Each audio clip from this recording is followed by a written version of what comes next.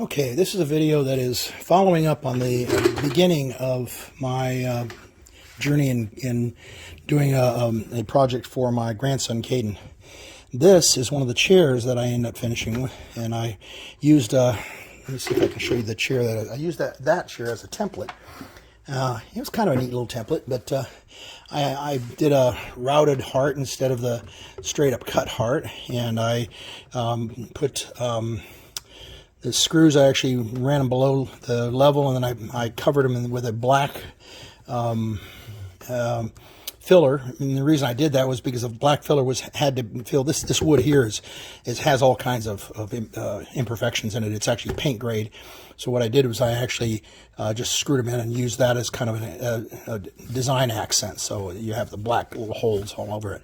But that's, anywhere where there was a declivity, I filled it in with that black filler. And so there's all kinds of little, the paint grade stuff is beautiful. It's got all kinds of knots and everything in it. It's really, really kind of neat wood, but it has, it's not necessarily its strongest in the world. So you end up having to fix a lot of stuff that, like the surface level of it and, and things like that. And so this is what's going on here.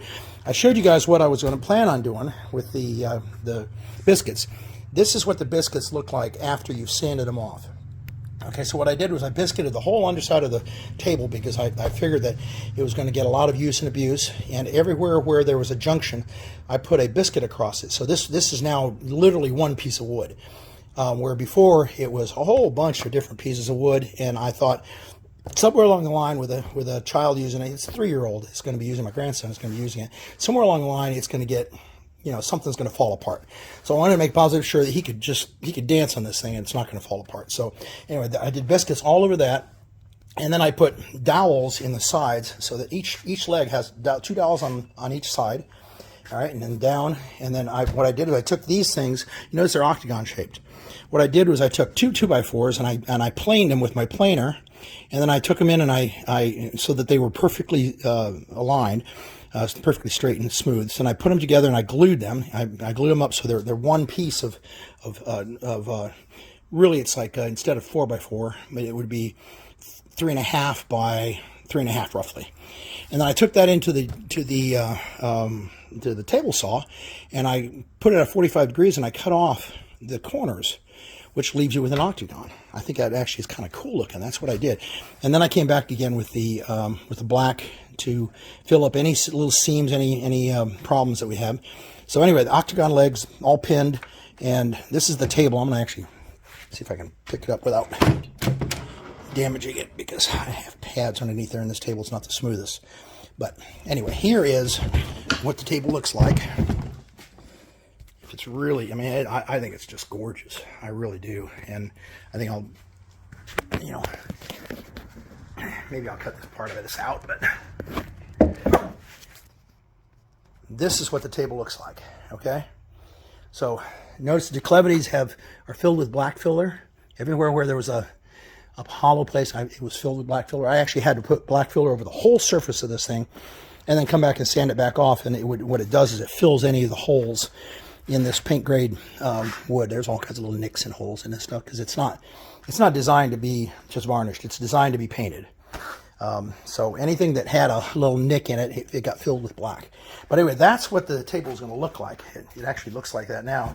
And then here I'll show you what the table and chair looks like together. So there's what the table and chair looks like. I thought that was just really cool looking. I think that he'll use this maybe until he's in, middle school or hopefully beyond, but maybe they'll pass it down to other kids, and or hopefully someday this will get passed down from generation to generation. It's a generational thing. So, because Grandpa Ray actually made it from scratch, and you have online the video of the YouTube of how I did it. So anyway, did a routing the edges so that the edges would be nice and smooth so that it wouldn't nick anybody. But that is what it ended up like. I don't know, your comments. I'd like to see if you think that's a great piece, or if it will get handed down from